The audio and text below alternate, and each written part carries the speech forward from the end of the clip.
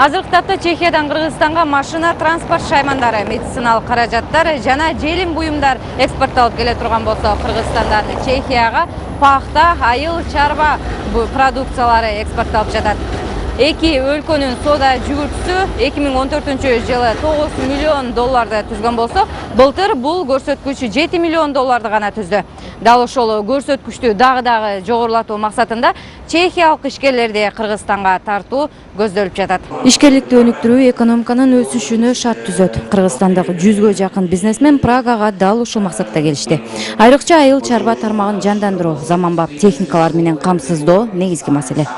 Биз болсо бул жердеги айыл чарба тетиктерин чыгаруу, айыл чарба техникаларын чыгаруучу ишканалар менен жана айыл чарба азык түлүгүн өнүктүрүүчү компаниялар менен жолугуп, алар менен жолугушуу жемиштүү болот деп ойлойм. Ушул тапта ишкерликти өнүктүрүүдө Чехиялык экспорт банкы менен өнөктөш болгон Кыргыз-Орус өнүктүрүү фонду биргелешкен 3 долбоорду ишке ашырышты.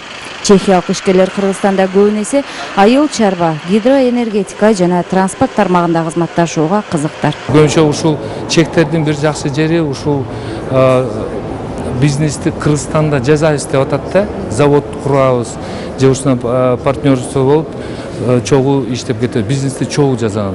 Булардын көбүнчө мына кызыкчылыгы экспортко бизге жиберген кызыкчылыгы жок. Именно Кыргызстандын ичинде, Кыргызстандын жеринде завод куруп, ушул заводдорду иштеткенге бизге ушундай жардам беришет да. Кыргызстан менен Чехия амаласы 1958 жылдан бери солгундап, эки өлкө ортосундагы соода жүгүртүү 9 миллион доллардан ашпай келет. Абалды турукташтырууда өкмөт аралык сүйлөшүүлөр жүргүзүлүп, алдыда чехиялык ишкерлер Кыргызстанда инвестиция салуу планы бар. Бүгүнкү иш-чара Кыргыз-Чехия ишкерлерине жолугуп, сүйлөшүүгө чоң жол ачылып жатат. Бул жатта мен Чех Трейд компаниясын белгилеп кетет элем. Ишкана биздин ишкерлерге жана чет өлкөлүк бизнесмендерге колдоо көрсөтүп келет. Азыркы тапта Кыргызстанда чехиялык ишкерлердин кароодо турган долбоорлору бар. Алар гидроэнергетика тармагы боюнча. Эки тараптуу экономикалык кызматташууда Кыргызстандын ВСП плюс макамын алышы соода жүгүртүүнү кеңейтүүгө жол ачууда. Бул аркылуу товарларды евро биримдикте, бажы төлөмдөрү жок экспорттоого мүмкүнчүлүгү бар.